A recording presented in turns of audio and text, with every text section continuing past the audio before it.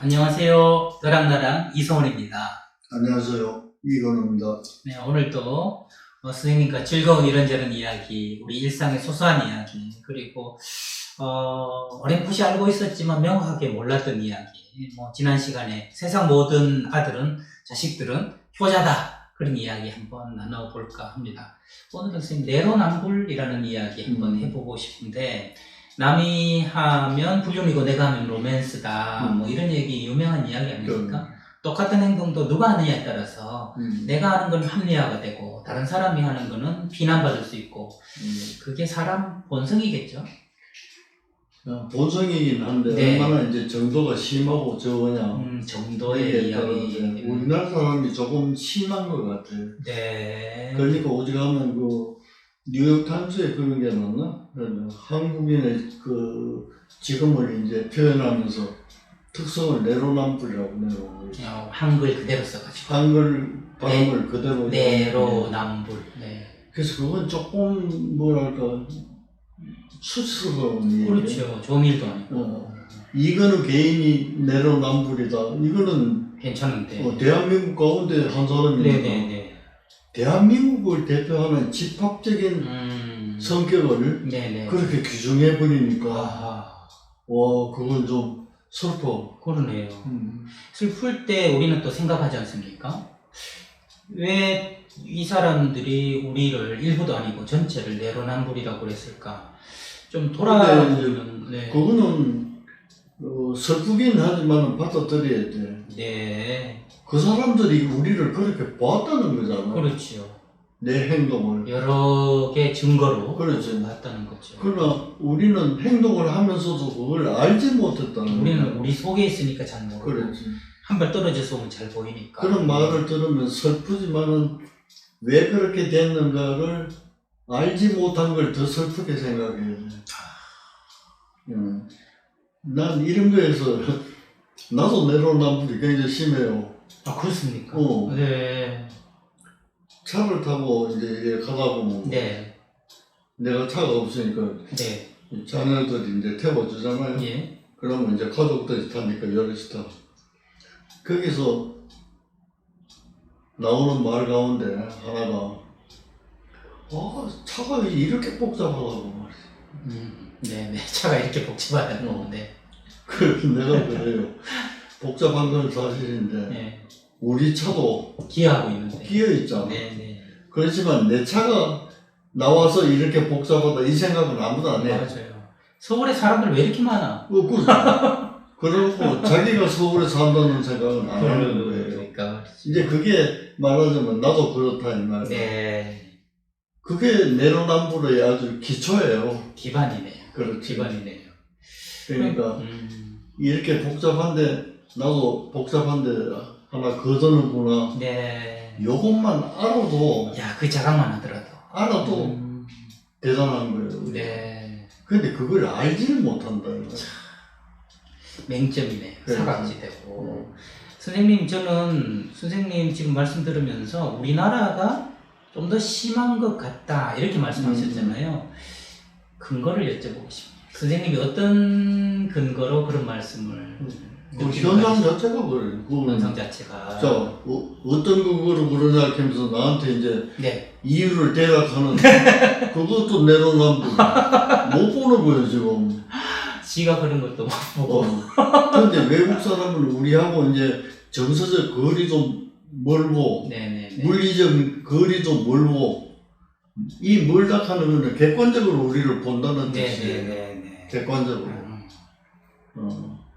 그러니까 그 사람들은 알 수가 있는 거고 우리는 태풍의 핵에서 하는 거죠. 태풍의 한가운데 있으니까 태풍을 느끼지 못하는 거예요 이거. 그래서 이제 미국에 사는 내 친구들 아침마다 이렇게 메일이 오면 대한민국은 곧 망할 것 같아. 그래서 막 걱정하는 게. 그런데 이제 여기 있는 사람은 태평하거든 그게. 외국 교포들이 보는 한국보다 한국 내에서는 느끼지 못하니까. 그렇죠. 그러니까 우리가 이제 내가 하고 싶은 말은 뭐냐면 그 말을 그냥 귀로 서치고 듣지 말고 그냥 우리가 어떤 행동을 지금 하고 있기 때문에 저 사람들은 저렇게 볼까 적어도 요거까지만 좀 가져왔으면 좋겠는데 그거 읽어서 재밌다 그냥 그거 많은 거예요. 무감각하게 그렇죠. 그러니까 더 걱정이라. 네.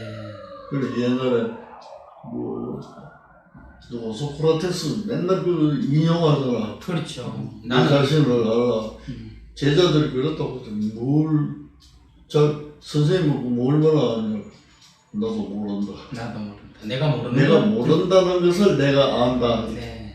요거까지 알고 싶다 얘기야 나는. 네네. 좀 더 자각하고 좀 더 성숙한 그런 정신이라고 볼 수 있겠네요. 그러니까 남이 이 얘기를 하면 지금 뭐 때문에 나한테 그런 얘기를 할까? 저도 그거까지만 생각하고 그게 소크라테스 정도는 될 건데 그걸 안 하고 그 사람 그걸 얘기하는 거다. 선생님 저는 원인을 뭐 이것저것 한번 제가 생각하는 거를 선생님과 말씀드려보고 좀 이렇게 확인도 해보고 그러고 싶은 마음이 있는데 인디안 부족들이 하는 얘기 중에 사람은 다 자기의 원을 가지고 태어난다. 어떤 사람의 원 안에는 부족이 들어있고 어떤 사람의 동그라미 원 안에는 가족만 들어있고 어떤 사람의 원 안에는 자기만 들어있다. 뭐 그 비유가 굉장히 이렇게 시각적으로 와닿는 비유였거든요. 그때 이제 우리나라의 내로남불의 원인으로 제가 이제 가정하고 의심하는 것 중에 하나는 우리나라 사람들의 원 안에는 부족이나 사회가 들어있다기보다 가족이 들어있는 경우가 대부분 아닌가 그런 생각이 좀 든단 말이죠. 그것도 일리가 있는 말이에요. 그 많은 학자들이 연구해 놓은 것 가운데 우리나라 사람들이 이 탈피하지 못하고 있는 것이 가족주의. 이제 가족주의를 탈피하지 못한다 이런 지적도 하는데 요새 이제 사회의 흐름을 이래 보면 그런 얘기 하잖아요. 독재자들이 흔히 이제 국민들을 이렇게 단결시키자면 내놓는 게 민족주의야. 애국심. 응? 그러니까 그거는 가족보다는 조금 발전된 방법이긴 하지만 그게 이제 성숙하자면 민족주의보다는 민주적인 거, 그 다음에 시민 중심적인 거, 시장 경제적인 거 뭐 이런 거 많잖아요. 범위가 커지죠. 그걸로 이제 이소은 선생이 얘기했다시피 원이 얼마나 커지는가 이 차이인 거예요. 그런데 우리는 그쪽으로 많이 좀 변화되기는 하지만은 아직도 기본적인 바탕에는 가족주의. 이 가족주의가 가지고 있는 이득도 있잖아요. 굉장히 뭐 추석 구정에 서로 만나고 가족 소중하게 여기고 저희 가족도 자주 만나는 편이고 형제도 끈끈하고 그런데 그것이 가진 맹점 또한 가지고 있더라고요. 근데 그게 뭐냐 하면은 우리가 농경시대에 삶은 가족주의라 해야 돼. 그 다음에 가족뿐 아니라 집성촌이 생기잖아. 동네주의. 그렇죠. 근데 지금은 그렇게 살 수가 없어요. 사회가 변동되고 또 직장을 가지자면 이동을 해야 되고 이러니까 대가족까지뿐 안 되잖아요. 그게 단위가족은 소가족으로 이래야 되는 거거든. 이제 이렇게 시대가 변화되는데 그런 대가족주의적인 생각만 가지고는 안 된다 이 말이야. 근데 나는 된다고 생각을 해. 뭐냐면 그런 대가족의 정의를 바꾸면 돼. 그건 무슨 말이냐면 옛날에 대가족이라고 하면 혈연적인 거예요. 족보가 같아야 돼. 혈연적인 거예요. 지금의 대가족이라는 것은 비혈연적인. 예를 들면 내가 제공하는 어떤 것을 공감하고 공유하는 사람, 그건 다 가족. 쌤하고 저하고 가족. 그렇지, 가족. 그러니까 이거는 집성촌은 이룰 수가 있는 거지. 어디서 사는 집성촌이겠어요? 지구에. 글로벌. 지구에서 사는. 지구에 어디 살든지 내 가족인 거예요. 집이야 더 이런 노래도 있어요. 그렇죠. 네. 그러니까 이제 아까 얘기했던 원이 가족에서 개인에서 가족에서 사회, 네. 사회라는 건 아까 애국주의 뭐 이제 그런 그거보다 더 큰 원 속에서 네. 산다면은 네. 그게 글로벌한 거 아니겠어요? 네. 저는 지금 그 우리 선생님 그 사위로 두신 최선희 선생님, 최선희 선생님이 얼마 전에 그 유튜브 대담에 나오셔가지고 산에서 살까 마을에서 살까 그 얘기를 하는데 혹시 보셨습니까?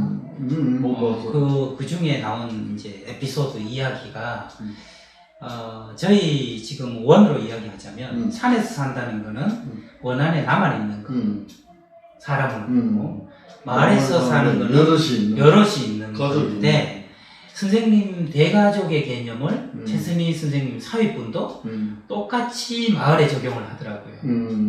그러니까 혈연관계 그다음에 같은 지역 이게 마을이 아니다. 그렇지. 코드가 통하면 마을이다 하면서 그때 어떤 예를 들어줘서 굉장히 인상적이었냐면 어떤 사람이 알코올 중독자였대요. 사회복지사가 그 알코올 중독자를 봤더니 전에 택시 기사였다는 거죠. 그래서 그 알코올 중독자한테 가가지고 옆 마을에 아이들을 좀 등하교를 시켜야 되는데 버스로 당신이 운전을 할 줄 아니 그걸 좀 해줄 수 없느냐.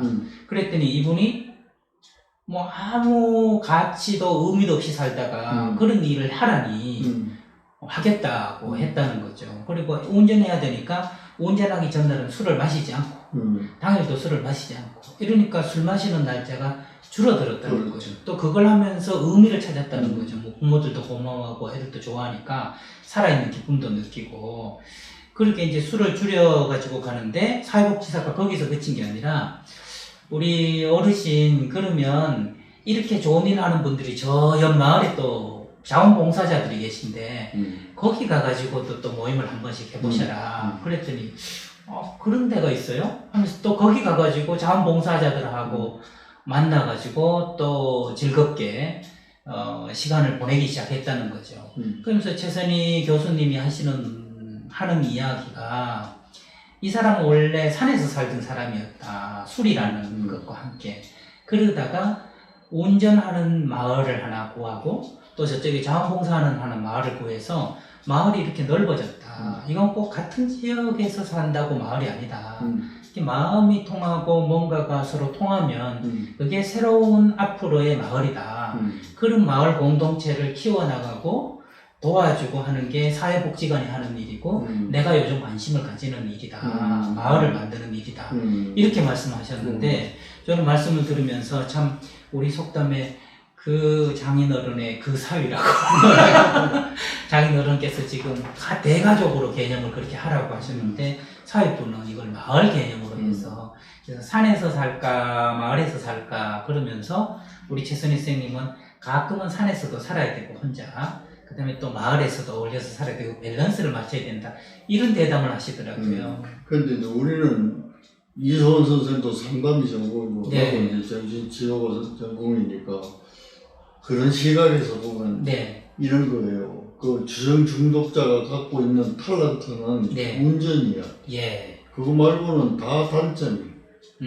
술 마시고 술 먹고 취해가지고 또 뭐 사회적으로 폐를 끼치고 그러네요. 그거 하나도 취할 게 없어. 취할 게 있다면 지금은 사용하고 있지 않지만 운전하는 기술하는 멀쩡한 정신이면 잘할 것이다. 그거잖아요. 그렇지. 상담자는 그걸 집어야 돼. 그래서 그걸 집어서 가치 있는 일에 종사할 수 있도록 원을 조금 넓혀주는 거예요. 자기는 자각하고 있지 못했었는데 치료자의 지적을 받고 보니까 나한테 그런 탤런트가 있구나. 이러면 그건 술 한잔 안 먹고 하루 좀 맨정신으로 애들 태워주고 하는 건 좋잖아요. 그렇죠.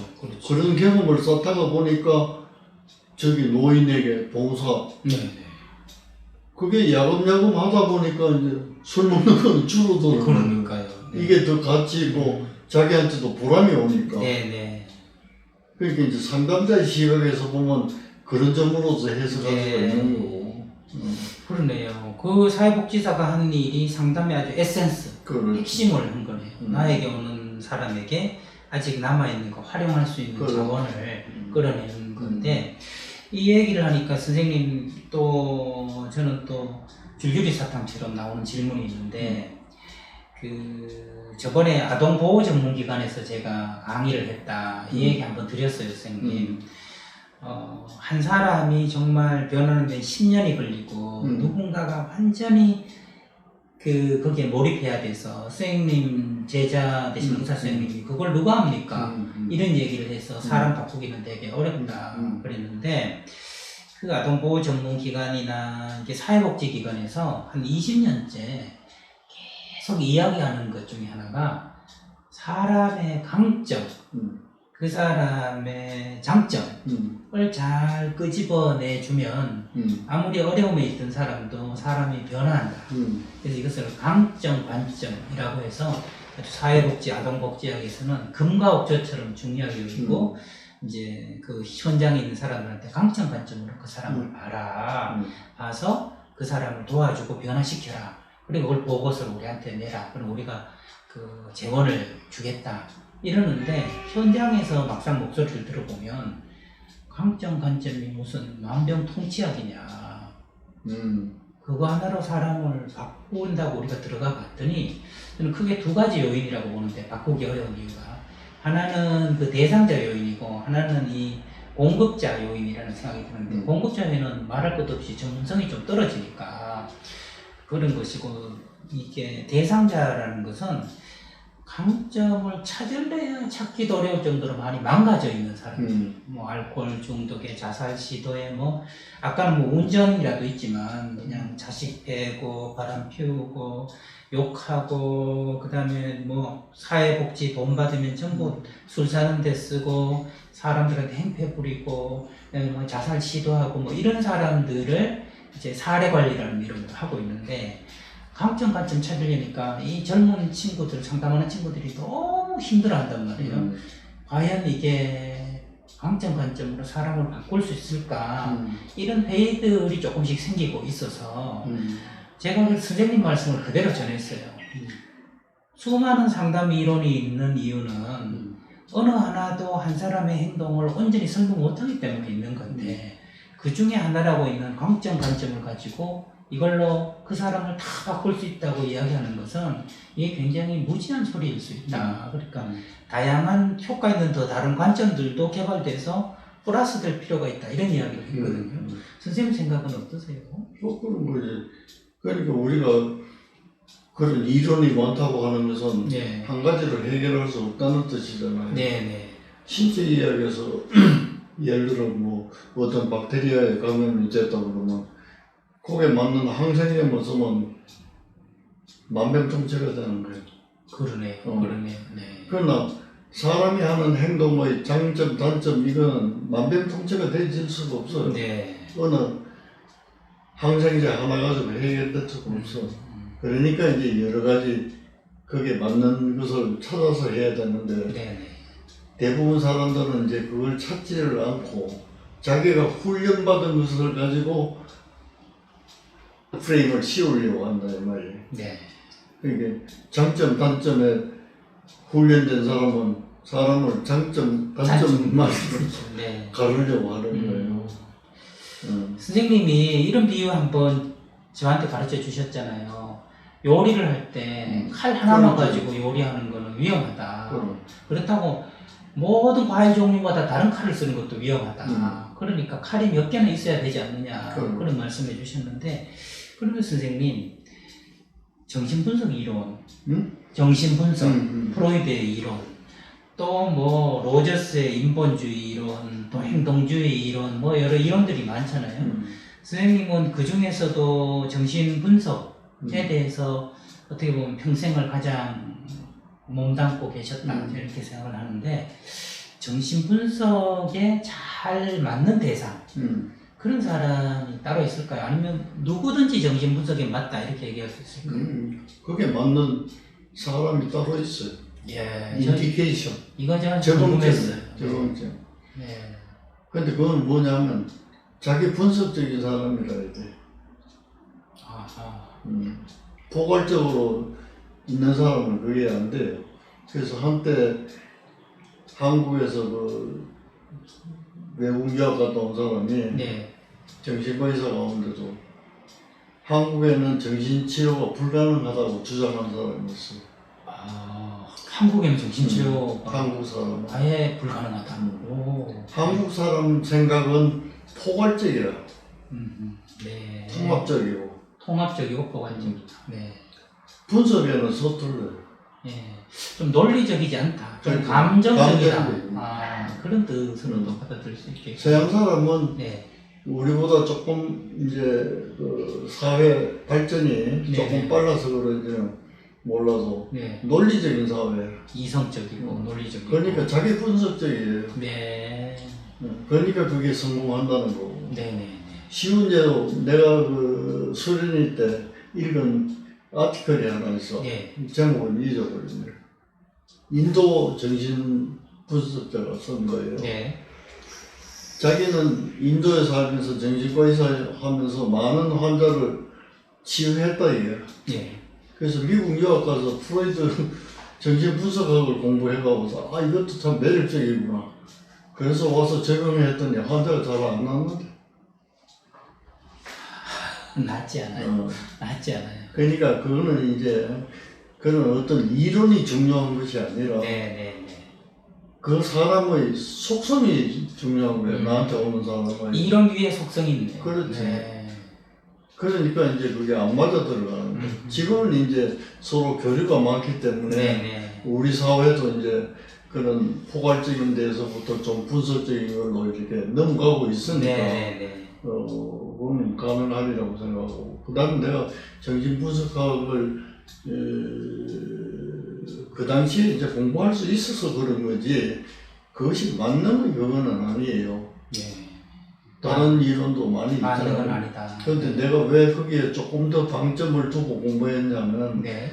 그런 쪽으로 시작한 오리지널이 그거예요. 프로이드가 지금까지 내려봤던 이제 그 마음의 네네. 그 해석을 의학과 접목해서 한 거예요. 그게. 네. 의학적으로. 네. 그 사람이 원래 신경학자예요. 네. 과학자라는. 과학자예요. 네.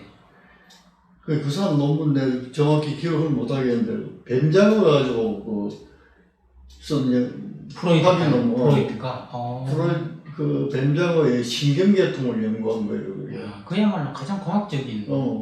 그러니까 이런 체계적인 신경학적인 그런 개념으로 마음도 이해할 수 없을까? 네. 여기 착안해서 가설로 만든 거예요. 예. 그렇게 생각한 것이 프로이드가 처음이다. 거의.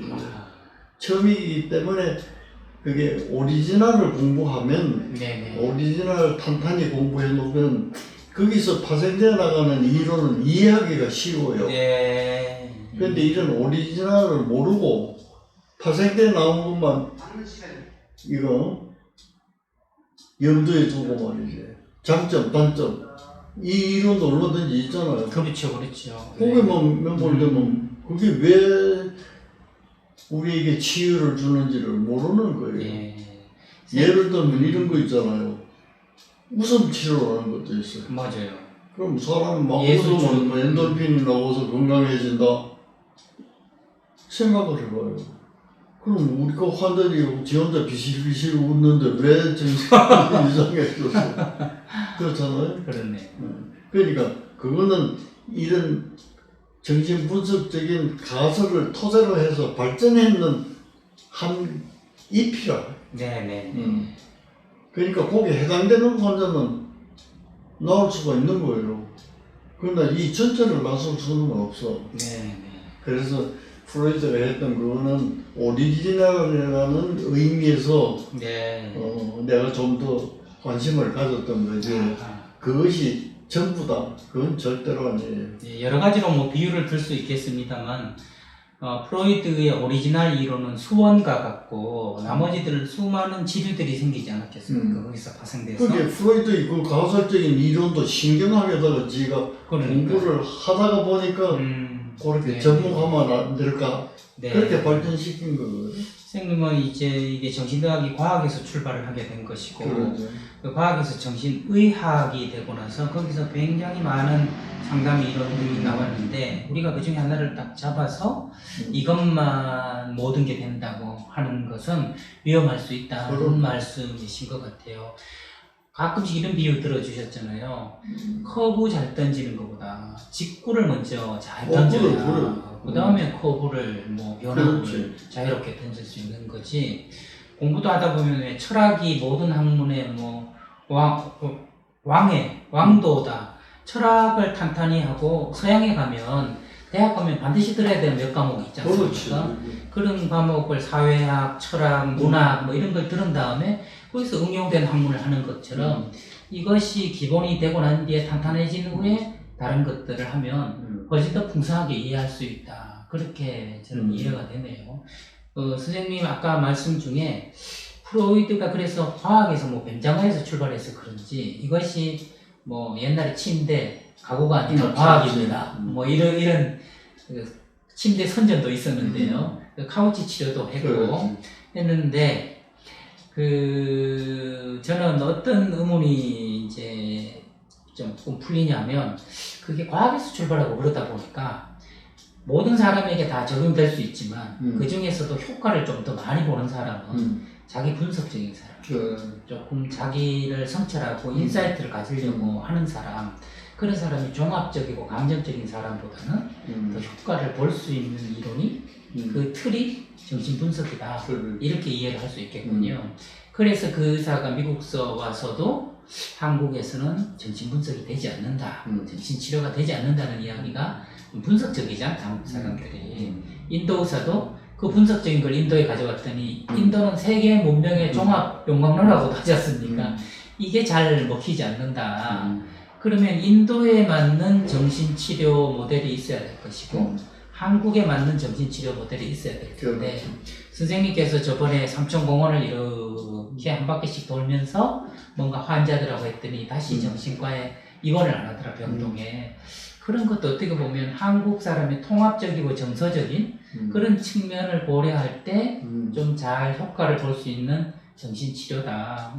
세팅에서 딱딱 분석하기보다 자연에 나가가지고 자연의 일부로 다니면서 선생님이 좀 그때 발견했던 열린 마음 센터 뭐 하시고 하시면서 한국 사람한테는 현장 임상에 계실 때는 병원 세팅에 계실 때는 못 해보셨던 걸 해본 게 삼천공원도 다니고 뭐 이러신 거였는데 그래도 최근까지도 뭐 선생님 방문하면 전화 한번 와서 전화로 선생님한테 뭐 답답한 거, 막히는 거, 정신적인 어려움 여쭤보고 여전히 정신과 치료를 하고 계시지 않습니까? 저는 이게 궁금해지네요. 그때 한국에서는 정신치료가 되지 않는다. 인도에서는 그게 효과가 없더라. 그랬을 때 한국적인 정신치료, 선생님이 한국에서 좀 한국인들에게, 통합적인 한국인들에게 효과가 있다고 느끼시는 거는 어떤 게 있는지 궁금해지네요. 그게 이제 내가 가장 핵심적으로 봤던 거는 내가 현역으로 있을 때의 많은 사람들은 전 시간에도 얘기했지만 감정을 차단이라는 말을 많이 썼잖아. 그건 이제 정신과 용어로 하면 감정의 억압이죠. 억압. 리프레션이라고 그래요. 리프레션. 그런 걸 많이 하던 시절에는 내가 하는 방법이 옳아요. 그러나 지금은 감정을 억압하든지 차단하는 습관이 많이 줄어들었어. 그런 것 같아요. 표현하는 쪽으로 더 마음이 가는 거예요. 그런 사람한테 과거에 내가 했던 방법대로 해가지고는 그거는 치유될 수가 없어. 그렇겠네요. 그러면 치료자도 시류에 따라서 내담자가 어떤 그 패턴으로 변해가는가 이것을 먼저 파악해야 돼요. 그렇죠. 아무리 내가 과거에 성공적으로 했던 사례라고 하더라도 그 세팅이 맞지 않으면 맞을 이유가 없는 거예요. 그러네요. 그러니까 이제 치료자는 부단히 이 흐름에 대해서 네. 놓치지 말고 그 다음에 대상이 또 어떻게 변했는가를 놓치지 말고 네. 그래야 치료가 될 수가 있거든. 네. 그럼 선생님 이제는 다수가 조금 표현하는 쪽으로 문학을 가고 있는 거잖아요. 정신적인 것이 예전에는 좀 리프레션 하는 걸로 가고 있는데 그럼에도 불구하고 옛날에는 표출하는 사람이 소수 그다음에 억압하는 사람들이 다수로 지금은 바뀌어서 억압하는 사람들이 소수 표출하는 사람이 다수 그러면 표출하는 모델로 가야 되는데 그럼에도 불구하고 억압하는 사람이 소수지만 여전히 있단 말이죠. 있죠. 그러면 선생님께서 그때 억압하는 사람들한테 좀 효과 있는 원리, 이치, 방법 같은 것은 지금도 여전히 유효할 거라는 생각이 드는데 유효는 하지만 네네. 일반적이지 못하다. 네, 저는 일반적이지 않아도 유효한 그 방법을 좀 배우고 싶은데요. 그래서 그건 이론상으로는 어렵지 않아요. 이론상으로는 어렵지 않아요. 실제를 뭐 억압하는 거를 불필요하게 너무 억압하지 마라. 그게 너무 쉬워요. 너무 쉬워요. 야. 그런데 그 네. 쉬운 말을 네. 실천으로 옮기는 게 어려운 거예요. 네. 억압하지 말라고 그런다고 늘 억압하던 게 습관이 돼 있는데 네. 되나요? 내가 내 친구인데 이제 아들이 다 장성하고 혼자 잘 살아요. 네. 돈도 잘 벌고. 네. 근데 이제 옛날 사람이 되놓으니까 주고 싶은 생각이 많은 거예요. 자기 자식이니까. 네, 자식이니까 내 가진 거 다 주고 싶은데. 근데 세태는 변해가지고 안 주는 쪽으로 자꾸 가잖아요. 그렇죠. 그러니까 지는 그게 걸리는 거예요. 남한테 물어보면 안 줘야 된다. 네, 주지 마라. 안 줘야 된다는 거는 네. 자식의 독립성을 해치니까 네. 그렇다니. 그 말을 들으려고 하니까 주고 싶은 마음이 자꾸 올라오는 거예요. 네. 그러니까 나하고 이제 연연을 하는 거예요. 근데 실제로 이제 그렇게 키워놓으니까 아들은 자기 아버지보다 더 잘 벌어요. 네. 더 잘 버는데 맨날 빚이 있다고 돈 달라고. 받는 게 습관이 돼가지고. 받는 게 습관이고. 네. 그 다음에 생활 패턴이 아버지가 생활했던 것보다는 사회 경비가 너무 드는 거예요. 네. 온갖 명품은 다 사야 되고, 명품 차는 타야 되고, 이 사회적인 욕구를 높여놨으니까 네. 비용이 많이 들 밖에 없잖아요. 그렇죠. 그러니까 아버지보다 많이 벌더라도 지출이 많으니까 손을 벌리고. 네. 손을 벌릴 수밖에 없단 말이에요. 네. 그러면 아버지는 이제 주고 싶은 마음이 깔렸는데 줄라까지 또 억울하잖아요. 지가 내보다 더 부자인데. 그러니까 이제 나한테 의논을 오는 거예요. 네. 그러나 나는 이제 주지 말라 이런 충고를 하죠. 네. 하더라도 그거는 맞다 그래야지 하고 손뼉을 몇 번 치고 가서는 돈을 찾아가 갖다 주는 거예요. 그거는 뭐냐면 네. 과거에 내가 습득했던 습관이 네. 주는데 이제 방점이 찍혀 있으니까 습관이. 네. 이제 그런 사람들 일부 이제 과거의 가치관대로 그렇게 할 수 있으면 뭐 계속 할 수 있으면 관계 없어요. 그렇죠. 그 뭐 과거라고 해서 굳이 고칠 필요도 없어. 네. 근데 그거 가지고 생을 마감할 수가 없다고. 네. 왜냐면 살아있어도 다 털리고 나면 뭘 가지고. 손가락 못 빨고 살 수도 그렇지. 없고. 그렇죠. 그러니까 이제 그런 걸 잘 관찰해서 하라 이러지만 알았다 할 때는 머리고. 네. 가서 아들 보면 또 빚졌다는데 어떡해. 아이고. 저래. 또 부모 마음이 아팠어. 꼬감 빼듯이 자꾸 빼뿌리면 내가 가진 게 없어지는데.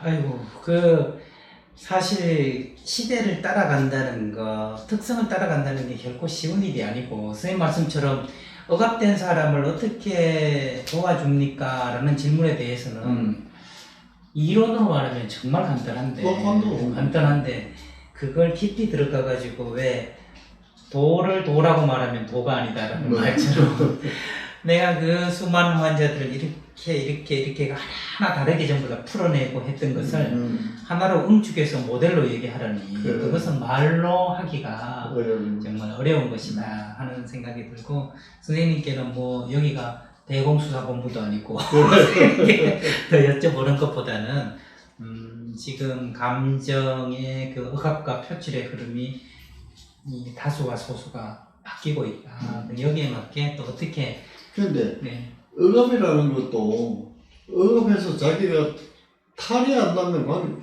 좋은 거예요, 그게. 표출도 잡혀오지 않으면 괜찮아요. 그럼 예를 들어 그런 말이 있잖아. 그 참을인자가 어떻게 참을인자 석자면은 살인을 면한 거죠. 살인 면하는 거예요. 네. 3번 참으면 살인 면한다는 뜻 아니에요? 그거 그렇죠. 좋잖아요. 네네네. 근데 그걸 뭐 3개도 못 참는 사람이 말이지 네. 10개 참으라 그럼 병나는 거지. 네. 그러니까 나쁜 것만 있는 건 아닌 것 같아요. 그래. 그 억압한다 그래도 선생님이 그러셨잖아요. 저번에 참는다는 것은 화를 참는다는 것은 그만큼 시간을 뒀다는 거예요. 그렇지. 그럼 좀 더 시간을 벌고 그런 정서적인 네. 거리를 좀 두고 객관화시키는. 네. 아, 말은 너무 쉽잖아요. 진짜 쉽네요. 그래서 제가 정말 선생님께서 간단하게 이건 이 모델이라고 이야기했으면 속은 시원했겠지만 그 모델을 가지고 제가 어떻게 해야 될지는 정말 난감했을 것 같은데 선생님께서 그것은 말은 쉽다라는 그 말씀으로 마무리를 해주시니까 이제 그 말씀을 들고 제가 해야 될 일이 많구나. 그렇게 말은 쉽다 하면서 끝이지 말고 네. 말은 쉬운 것만큼 행동도 쉬워질 수 있는 방법이 뭘까? 아이고 또 이 마지막 마무리로 큰 걸 주시네요. 그것까지 들어가야 돼. 선생님이 말은 쉽지만 하셨지만 행동도 쉽게 하려면 이 제자의 몫인데 네, 부지런히 사람들 만나면서 깨달아 나가도록 하겠습니다. 오늘도 고맙습니다, 선생님. 네, 지금까지 지혜 산실에서 내로남불 정말 어떻게 해야 될 건가 이런저런 이야기로 선생님께 또 지혜를 구해봤고요. 이렇게 감정이 폭발적으로 표출한 시대에 우리가 어떻게 그걸 좀 줄여야 될 텐데 말은 쉽지만 행동으로 옮기는 건 참 어려울 텐데 함께 고민해보는 그런 시간 함께 가져보시면 어떨까 싶습니다. 지금까지 너랑 나랑 저는 이성원이었습니다. 다음 시간에 뵙겠습니다. 고맙습니다.